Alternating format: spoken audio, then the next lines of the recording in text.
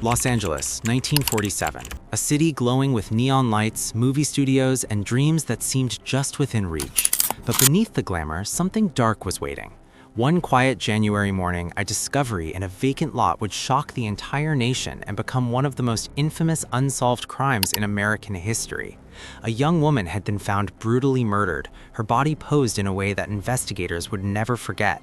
Within hours, newspapers gave her a haunting nickname that would echo for decades, the Black Dahlia.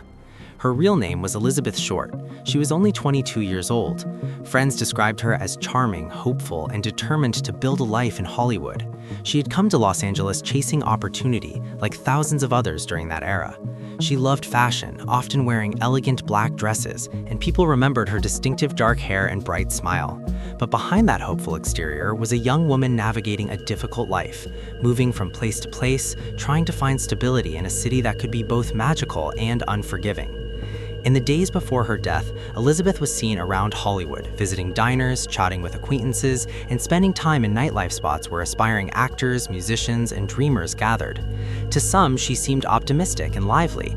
To others, she appeared restless, searching for something that always seemed just out of reach. Investigators would later try to piece together every moment of her final days, hoping those small details might reveal the truth. Then came the morning that changed everything. A woman walking with her child passed a quiet lot and noticed something strange lying in the grass. At first glance, it didn't even look real, but as she got closer, the horrifying reality became clear. The police were called immediately. Sirens soon echoed through the quiet neighborhood as officers arrived to secure the scene. Detectives quickly realized they were facing an extraordinarily disturbing crime. The body had been deliberately arranged, suggesting the killer had taken time after the act. Even experienced investigators were shaken. They carefully examined the scene, taking notes, photographing everything, and trying to preserve evidence that might lead them to the person responsible. News spread rapidly. Within hours, reporters flooded the area. Photographers snapped pictures, journalists rushed to file stories, and headlines began appearing across the city. The press turned the case into a national sensation almost overnight. The nickname Black Dahlia appeared in newspapers, capturing the public's imagination and fueling intense curiosity about the young woman at the center of the tragedy. As the investigation unfolded, detectives began digging into Elizabeth's life. They interviewed friends, acquaintances, and anyone who might have seen her in the days leading up to the murder. They visited bars, cafes, and boarding houses where she had spent time. Each interview added small fragments to a timeline, but nothing that clearly pointed to a killer. Elizabeth's life in Hollywood had been complicated. She didn't have a steady job or permanent home, which made it difficult for investigators to trace her movements. She relied on friendships and temporary arrangements while continuing to chase her dreams. Some people remembered her as friendly and warm. Others said she could be mysterious, keeping parts of her life private. As the days passed, the investigation grew larger. Police followed every possible lead. Former boyfriends were questioned, strangers who had interacted with her were brought into interviews, witnesses tried to recall conversations and sightings, hoping something might help solve the case. But each lead seemed to fade into uncertainty. Meanwhile, the media attention only intensified. Newspapers printed dramatic stories, some accurate, others exaggerated. The public became fascinated with the mystery. People across the country discussed the case, speculating about who might have committed such a shocking crime. Tips poured into police stations, hundreds of them. Some were genuine attempts to help, others were hoaxes or rumors fueled by the growing hysteria.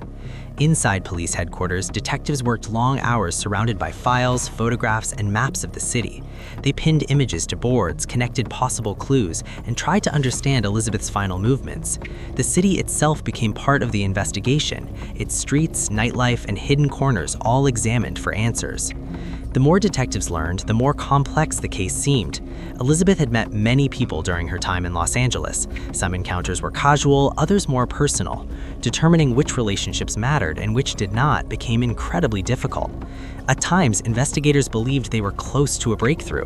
A witness might recall a suspicious person, a letter might arrive containing details about the crime, but again and again, those leads failed to produce solid evidence. Among the many suspects discussed over the years, one name would later draw particular attention: George Hodel, a doctor who lived in Los Angeles during that time. Decades after the crime, investigators and researchers began examining his background and connections. Some believed certain pieces of evidence pointed towards him. However, despite ongoing interest and investigation, no one was ever officially charged with Elizabeth Short's murder.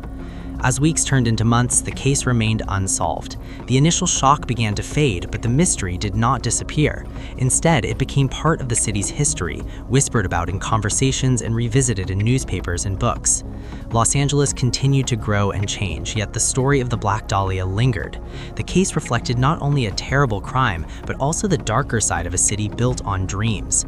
Hollywood promised fame and opportunity, but for some, the path there was filled with uncertainty and risk. Years later, investigators and historians would continue examining the case. Advances in forensic science brought new hope. Old evidence was reviewed again, archived files were reopened, researchers studied photographs, letters, and police reports, searching for clues that might have been overlooked decades earlier. Modern true crime enthusiasts also became fascinated with the mystery.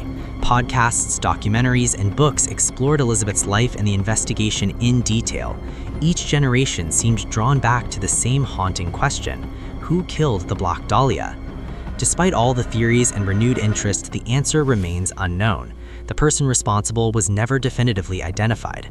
The motive remains uncertain, and the final hours of Elizabeth Short's life are still surrounded by unanswered questions. But beyond the mystery and headlines, it's important to remember the human story at the center of it all. Elizabeth Short was not just a name in a case file or a headline in a newspaper. She was a young woman who traveled across the country with hopes for a better life. She laughed with friends, shared dreams about the future, and believed that success might be waiting just around the corner. Her story reminds us how fragile life can be and how quickly it can be overshadowed by tragedy.